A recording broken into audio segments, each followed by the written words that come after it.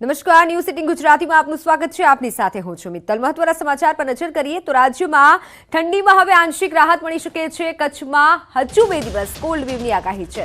અન્ય જિલ્લાઓમાં પારો 2 થી 4 ડિગ્રી વધી શકે છે। મંગળવારે 11 શહેરોમાં 10 ડિગ્રીથી ઓછું તાપમાન રહ્યું હતું અને હવે આંશિક રાહત ઠંડીથી મળી શકે છે। જોકે કચ્છમાં હજુ 1 દિવસ કોલ્ડ વેવની આગાહી કરવામાં આવી છે। કચ્છમાં હજુ ઠંડી પડી શકે છે, પરંતુ અન્ય જિલ્લાઓમાં હવે આંશિક રાહત ઠંડીથી મળી શકે છે।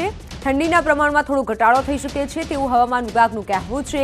કચ્છમાં હજુ પણ 1 દિવસ કોલ્ડ વેવની આગાહી કરાઈ છે। જોકે કચ્છની વાત કરીએ તો કચ્છમાં અતિશય ઠંડી પડી રહી છે। જોકે ગઈકાલે મંગળવારે અનેક શહેરોમાં 10 થી નીચે ડિગ્રી જેટલું તાપમાન નોંધાયું હતું। ધુમ્મસભર્યું વાતાવરણ છવાયું હતું અને ઠંડીના પ્રમાણમાં જે વધારો થયો હતો।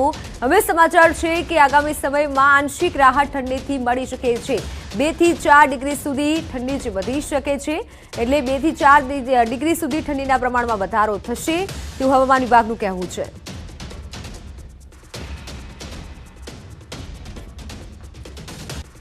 તો વડોદરામાં 12.2 અને સુરતમાં 13.4 ડિગ્રી તાપમાન નોંધાયું છે। ભુજમાં 11.4 અને રાજકોટમાં 12 ડિગ્રી તાપમાન નોંધાયું છે। અમદાવાદમાં 13.6 ડિગ્રી તાપમાન નોંધાયું છે। 5.6 ડિગ્રી તાપમાન સાથે નલિયા સૌથી ઠંડુગાર રહ્યું છે। મંગળવારે 11 શહેરોમાં 10 ડિગ્રીથી ઓછું તાપમાન નોંધાયું। અન્ય જિલ્લામાં 2 થી 4 ડિગ્રી તાપમાન વધી શકે છે। કચ્છમાં હજુ આજનો દિવસ કોલ્ડ વેવની આગાહી છે। રાજ્યમાં નબળી ઠંડી પડશે।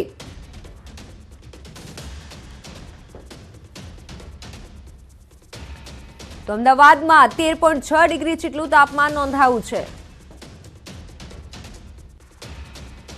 તો હાલ અમદાવાદની વાત કરીએ તો અમદાવાદમાં ઠંડીના પ્રમાણમાં જે વધારો થયો છે, મારી સાથે સંવાદદાતા વિપુ જોડાઈ ગયા છે। વિપુ, વાત કરી અમદાવાદમાં ઠંડીની। અમદાવાદમાં ઠંડીના પ્રમાણમાં જે વધારો થયો છે, સવારથી લોકો તાપણાનો પણ સહારો લઈ રહ્યા છે। અતિશય ઠંડી કહી શકાય।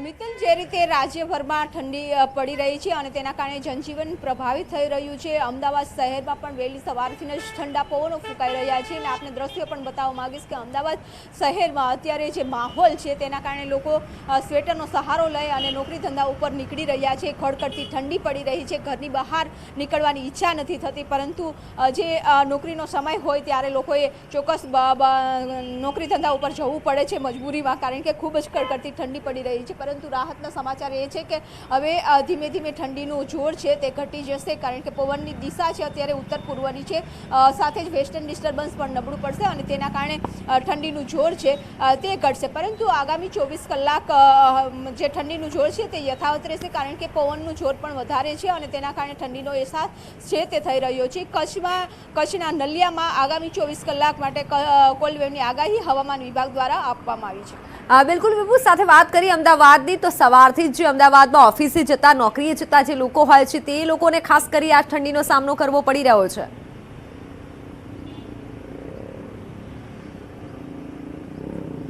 મિત્તલ, જે રીતે કડકડતી ઠંડીનો અહેસાસ થઈ રહ્યો છે રાજ્યભરમાં થઈ રહ્યો છે, જો કે નોકરી ધંધા ઉપર જતા લોકો ખૂબ જ પરેશાન થઈ રહ્યા છે, કારણ કે વહેલી સવારે તેમને ઘરની બહાર નીકળવું પડે છે અને તેવા સમયે ખૂબ જ ઠંડીનો અહેસાસ છે તે લોકો થતો હોય છે। સાથે જ તમામ જનજીવન પ્રભાવિત એટલા માટે થઈ રહ્યું છે કે ખૂબ જ ઠંડીનો અહેસાસ છે તે થઈ રહ્યો છે।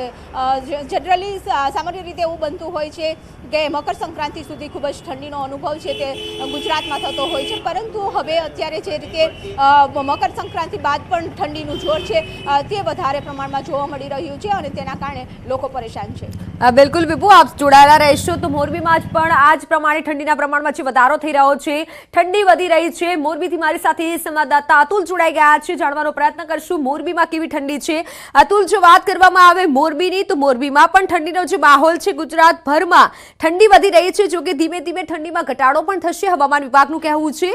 મોરબીમાં ઠંડીનો કેવો માહોલ?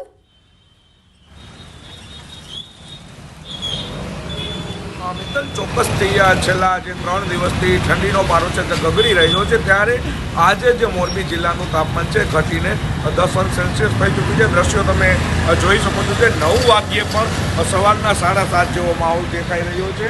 તો લોકો પણ ઘરની બહાર નીકળવાનું ટાળી રહ્યા છે.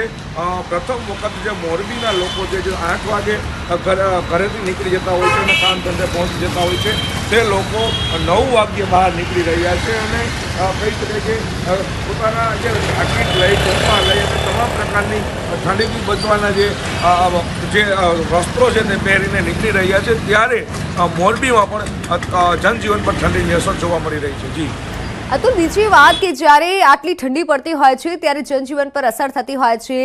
નોકરી ધંધે જતા લોકોમાં પણ ખાસ કરી તેની અસર થતી હોય છે. લોકો લેટ જતા હોય છે. જો કે બપોર થતાં થોડો તડકો પણ આવે છે એટલે લોકોને રાહત મળે છે.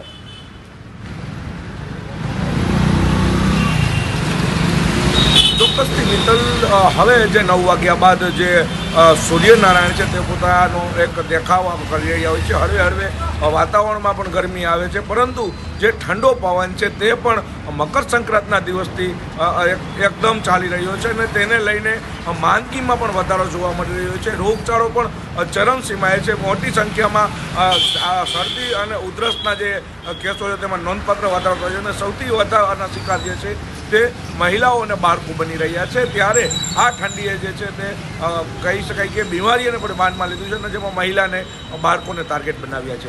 બિલકુલ અતુલ, આપ જોડાયેલા રહેશો. બનાસકાંઠાથી મારી સાથે સંવાદદાતા કિશોર જોડાઈ ગયા છે. કિશોર, બનાસકાંઠામાં કેવી ઠંડી, કેવો માહોલ?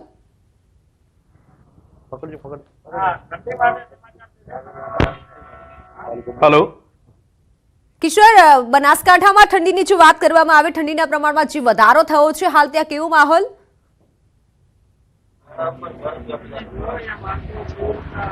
ચોક્કસથી જો વાત કરવામાં ચાલતું બનાસકાંઠાની અંદર પણ ઠંડીનો જે પારો છે તે પારો અત્યારે સતત જે બીજો રાઉન્ડ જે શરૂ થયો છે તેમાં પારો વધી રહ્યો છે. પરંતુ રાહતની વાત આજે એ છે કે આજે જે ઠંડી છે તે ઓછી છે અને આ 10 ડિગ્રીની આજુબાજુ તાપમાન અત્યારે સામે આવી રહ્યું છે. પરંતુ વહેલી સવારથી જે ઠંડીનો જે ચમકારો શરૂ થાય છે તેનાથી જનજીવન પર અસર જોવા મળે છે. જે વહેલી બજારો ખુલતી હોય છે તે બજારો લેટ ખુલતી હોય છે. તે ઉપરાંત જો વાત કરવામાં આવે ખેડૂતોની, તો ખેડૂતો આ ઠંડીને લઈને અત્યારે પરેશાન પણ જોવા મળી રહ્યા છે. મિત્તલ, બિલકુલ કિશોર, અને આ સાથે બાળકોની વાત કરીએ તો બાળકો પણ સવારે વહેલા ઉઠી અને જ્યારે શાળાએ જવું પડે એટલે ક્યાંક સમયમાં પણ ફેરફાર કરવાની વાત હતી, એટલે તે માટે પણ ક્યાંક રાહત કહી શકાય.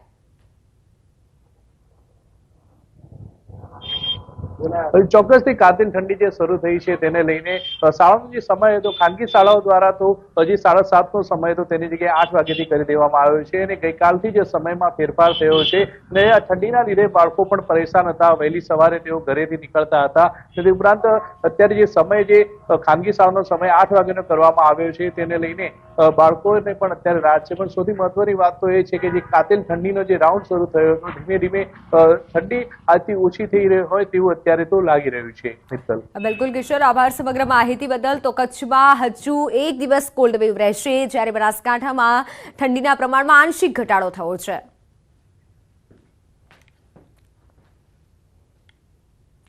માઉન્ટ આબુની વાત કરીએ તો માઉન્ટ આબુમાં ઠંડીનો પારો હજુ પણ માઇનસમાં છે. સતત ચોથા દિવસે તાપમાન 0થી નીચે નોંધાયું છે. આજે માઉન્ટ આબુનું તાપમાન -2 ડિગ્રી, જ્યારે સતત 0થી નીચે તાપમાન રહેતા જનજીવનને અસર પહોંચી છે.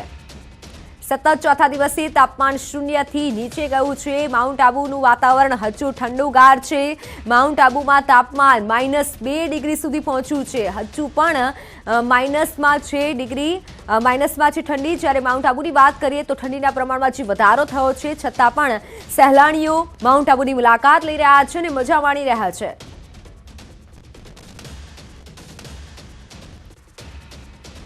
કાશ્મીરમાં ફરતા હોય ને એટલી હદે આમ કે ને ઠંડી છે, બહુ મજા આવે છે. ભલે આબુ નાનું છે પણ તમને જે નાના શહેરમાંથી આવતા હોય, આજુબાજુમાંથી આવતા હોય, જે કાશ્મીર ન જઈ શકતા હોય એને માટે આબુ ધી બેસ્ટ છે.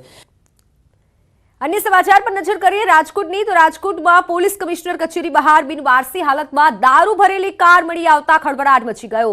કમિશનર રાજુ ભાર્ગવની સતર્કતાના કારણે સમગ્ર મામલાનો પર્દાફાશ થયો. કારમાં નંબર પ્લેટ ન હતી, તેમજ કારમાં પોલીસ લખેલું બોર્ડ મળી આવ્યું છે. કારમાંથી આરસી બુક પણ મળી આવી છે, જેમાં કાર અમદાવાદના કોઈ મુકેશ ઠાકોરની હોવાનું સામે આવ્યું છે. બીજી તરફ કાર રાજકોટના કરણ નામનો બોર્ડર ઉપયોગ કરતો હોવાની ચર્ચા છે. જોકે મહત્વની વાત એ છે કે કરણના પરિવારના કોઈ સભ્ય પોલીસ વિભાગમાં કામ કરે છે તેવી પણ માહિતી ચર્ચાઈ રહી છે. જ્યારે પોલીસ કમિશનરે કંટ્રોલ રૂમને જાણ કરતા ટ્રાફિક શાખાની ટોઈંગ વ્હીકલ દ્વારા કારને પ્રદ્યુમનનગર પોલીસ ખાતે લઈ જવામાં આવી હતી. કારમાંથી 68 દારૂની પેટીઓ ઉતારવામાં આવી છે. સમગ્ર મામલે પ્રદ્યુમનનગર પોલીસે પ્રોહિબિશનનો કેસ નોંધી તપાસ હાથ ધરી છે. આખરે સવાલ એ થાય છે કે પોલીસ કમિશનર કચેરીની સામે કોણ આ પ્રકારે દારૂની બોટલ ભરેલી મૂકી અને ગયું છે? સમગ્ર ઘટનામાં કોઈ પોલીસ કર્મચારીની ભૂમિકા છે કે તે પછી હાલ એક સવાલ મહત્વનો બની રહ્યો છે. ન્યૂઝ સિટી ગુજરાતી આ સવાલ પૂછી રહ્યું છે કે પોલીસ પર દાગ કોણ લગાવે છે? કોણ સીપી કચેરી બહાર આ દારૂ ભરેલી જે કાર છે તે મૂકીને ગયું? ન્યૂઝ સિટી ગુજરાતી આ સવાલ પૂછી રહ્યું છે. શું પોલીસને બદનામ કરવાનું કાવતરું હોઈ શકે છે? મહત્વના સવાલ એ પણ થઈ રહ્યા છે અને સવાલ એ પણ થાય છે કે આવું કરી કોણ શકે છે? શું ગુનેગાર સામે પોલીસ એક્શન લેશે કે કેમ? તે પણ સવાલ અત્યારે મહત્વનો બની રહ્યા છે. પોલીસ સામે આવું કોણ કરી શકે છે? દારૂ ભરેલી કાર આવવાની હિંમત કોની થઈ?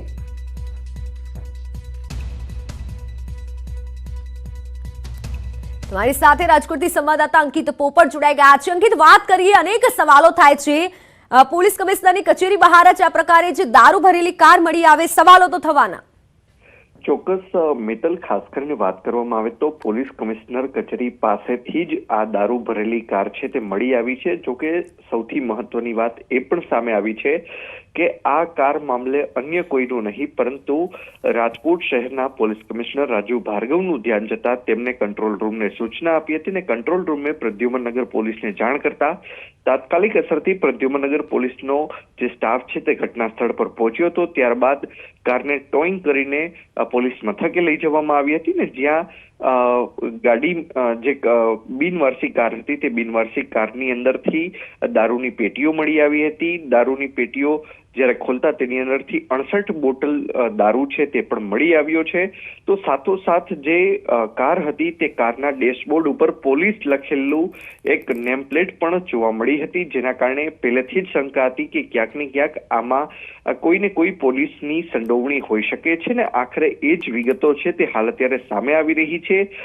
ચોક્કસ જે બિનવારસી કાર મળી હતી તેમાંથી અમદાવાદના ઠાકુર સમાજની કોઈ વ્યક્તિ હોય તેના નામની આરસી બુક મળી આવી છે. જોકે આજે કાર મળી આવી છે તે રાજકોટ શહેરની અંદર ટ્રાફિક વોર્ડન તરીકે ફરજ બજાવનારા કોઈ કર્ણ નામનો વ્યક્તિ છે કે જે આ ગાડી અવારનવાર ઉપયોગ કરતો હોય તેવી વિગતો પણ સામે આવી રહી છે. બીજી તરફ વાત કરવામાં આવે તો જે કર્ણ નામનો જે ટ્રાફિક વોર્ડન છે તેના પરિવારના કોઈ સભ્ય છે કે જે હાલ અત્યારે પોલીસની અંદર ફરજ પણ બજાવી રહ્યા છે. હાલ સમગ્ર મામલે પ્રદ્યુમનનગર પોલીસ દ્વારા અજાણ્યા શખ્સ વિરુદ્ધ ગુનો નોંધી પ્રોહિબિશનનો કેસ છે તે કરવામાં આવ્યો છે. જોકે આ મામલે તટસ્થ તપાસ કરવામાં આવશે કે કેમ તે પણ એક સૌથી મોટો સવાલ છે, કારણ કે ક્યાંક ને ક્યાંક આ તમામ જે ઘટના બની રહી છે તેના તાર ક્યાંક ને ક્યાંક કોક ને કોક પોલીસ કર્મચારી કે કોઈને કોઈ પોલીસ અધિકારી સાથે જોડાયેલા હોવાનું ચર્ચાઈ રહ્યું છે. જી મિત્તલ. બિલકુલ અંકિત, આભાર સમગ્ર માહિતી બદલ. તો કારમાં પોલીસનું બોર્ડ લગાવવામાં આવ્યું છે. સવાલ એ થાય છે કે હવે શું પોલીસ વિભાગ દ્વારા તપાસ થશે, કડક કાર્યવાહી થશે કે કેમ? કારણ કે સીપી કચેરી બહાર એક બિનવારસી કાર મળી આવી છે. આ કારમાં દારૂનો જથ્થો હતો. 68 જેટલી બોટલો કારમાંથી મળી આવી છે.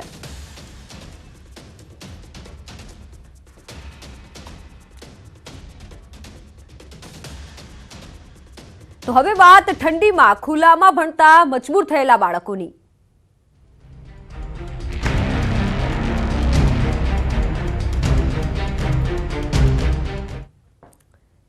સુસવાટાવાળા પવનો, કાતિલ ઠંડીનો કહેર. રાજ્યમાં આવી સ્થિતિના પગલે વિદ્યાર્થીઓના હિતમાં કેટલીક સ્કૂલોનો સવારનો સમય 1 કલાક મોડો કરાયો છે. બાળકો કોલ્ડ વેવથી બચે તે માટે આવા નિર્ણયો કરાયા છે. જોકે રાજકોટના ઉપલેટાના સેવાત્રા ગામમાં ઉલટી ગંગા જોવા મળી. આવી કાતિલ ઠંડીમાં બાળકો ખુલ્લા મેદાનમાં ભણી રહ્યા છે. એવું નથી કે આ ગામમાં ઠંડી નથી લાગતી, પરંતુ આ બાળકોને મજબૂરીમાં હાડ થીજવતી ઠંડીમાં ખુલ્લા મેદાનમાં ભણવું પડે છે. સેવંત્રા ગામની પ્રાથમિક શાળામાં ઓરડાઓના અભાવે બાળકો ઠંડીમાં ઠૂઠવાતા અભ્યાસ કરવા મજબૂર બન્યા છે. શાળામાં ધોરણ 1 થી 8 સુધીના 189 વિદ્યાર્થીઓ સવાર બપોરની પાળીમાં અભ્યાસ કરે છે અને સ્કૂલ પાસે ફક્ત 2 જ ઓરડા છે. જૂના ઓરડા જર્જરિત થતા નવા ઓરડાઓ બનાવવા માટે મંજૂરી મળી ગઈ છે, પરંતુ હજી સુધી બાંધકામ થયું નથી. આ સ્કૂલમાં સીસીટીવી કેમેરા, કોમ્પ્યુટર સહિતના સાધનોથી સજ્જ છે, પરંતુ સ્કૂલમાં નથી તો માત્ર ઓરડા જ. તેના કારણે બાળકોને આવી ઠંડીમાં ખુલ્લામાં અભ્યાસ કરવો પડે છે. સ્કૂલ અને ગ્રામ્યજનો તરફથી સ્કૂલના નવા ઓરડા બનાવવાની રજૂઆતો કરાઈ છે, પરંતુ આ માંગ બહેરા કાને અથડાઈ રહી છે. બાળકો આવી ઠંડીમાં ખુલ્લામાં ભણતા હોવાથી વાલીઓ પણ ચિંતિત બન્યા છે. વાલીઓનું કહેવું છે કે બાળકો ઘરે આવી અને ઠંડી લાગતી હોવાથી ફરિયાદો કરે છે. કેટલાકને શરદી ખાંસીની પણ ફરિયાદ ઉઠી છે.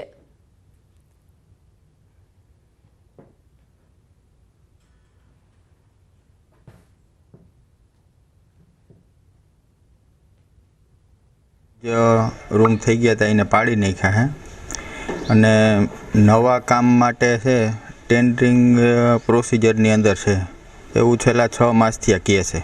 રૂમની અંદર 2 રૂમ જ છે અને સંખ્યા છે એ આજુબાજુના ગામના પણ વિદ્યાર્થી અહીંયા ભણવા આવે છે.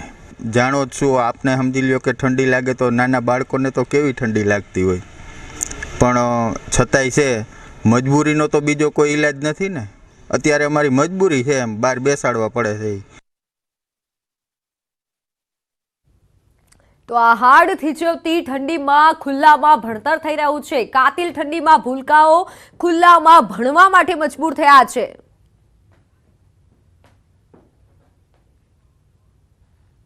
આવી કડકડતી ઠંડીની અંદર બહાર બેસવું પડે છે. એમાં મારા પણ દીકરા 2 ભણે છે, એક દીકરી ને એક દીકરો. એ મને એમ કહેતા હોય કે દાદા આવી બધી કડકડતી ઠંડીમાં અમારે ત્યાં કેમ ભણવા જવું, બહુ ઠંડી લાગે છે. બરાબર, છોકરાઓ શરદી પણ થઈ જાય, એવી બધી પ્રોબ્લેમ છે. 8 થી 9 મહિના પહેલાં ઓરડા 6 ઓરડા મંજૂર કરવામાં આવ્યા છે. આ ઓરડાને આજ સુધી એમનું કામ ચાલુ કરવામાં નથી આવ્યું. આ સરકાર દ્વારા જે મંજૂર કરવામાં આવેલા ઓરડા છે એ આજ સુધી હજી બનવામાં નથી આવ્યા. ત્યારે આમાં કોણ અધિકારી જવાબદાર છે? આમાં મારું બાળક પણ ભણે છે. મને પણ એ વારંવાર છેલ્લા ઘણા સમયથી રજૂઆત કરે છે કે પપ્પા એટલી બધી ઠંડી પડે છે કે સ્વેટર પહેર્યું હોવા છતાં પણ અમારે મધ્યાહન ભોજનના શેડમાં અથવા તો અમારે બહાર બેસવું પડે છે. તો શિક્ષકોનું કહેવું છે કે મજબૂરી છે, પરંતુ અનેક સવાલો ઉઠી રહ્યા છે કે કાતિલ ઠંડીમાં ઠૂઠવાતા બાળકો માટે જવાબદાર કોણ છે? આખરે કોણ જવાબદાર છે? કારણ કે શિક્ષકો તો કહે છે મજબૂરી છે. મજબૂરીનું નામ લઈ બાળકો પાસે આવી રીતે બાળકોને ભણાવવામાં આવે છે. નવા ઓરડા માટે બાંધકામ થઈ રહ્યું છે. તેવા હાલ તો અનેક સવાલ થઈ રહ્યા છે, પરંતુ ક્યારે બાંધકામ થશે? મારી સાથે હાલ સંવાદદાતા મુનાફ જોડાઈ ગયા છે. મુનાફ, જો વાત કરીએ, આટલી ઠંડીમાં બાળકો ખુલ્લામાં ભણે છે, વિદ્યાર્થીઓ ભણે છે, વાલીઓ ચિંતિત બન્યા છે.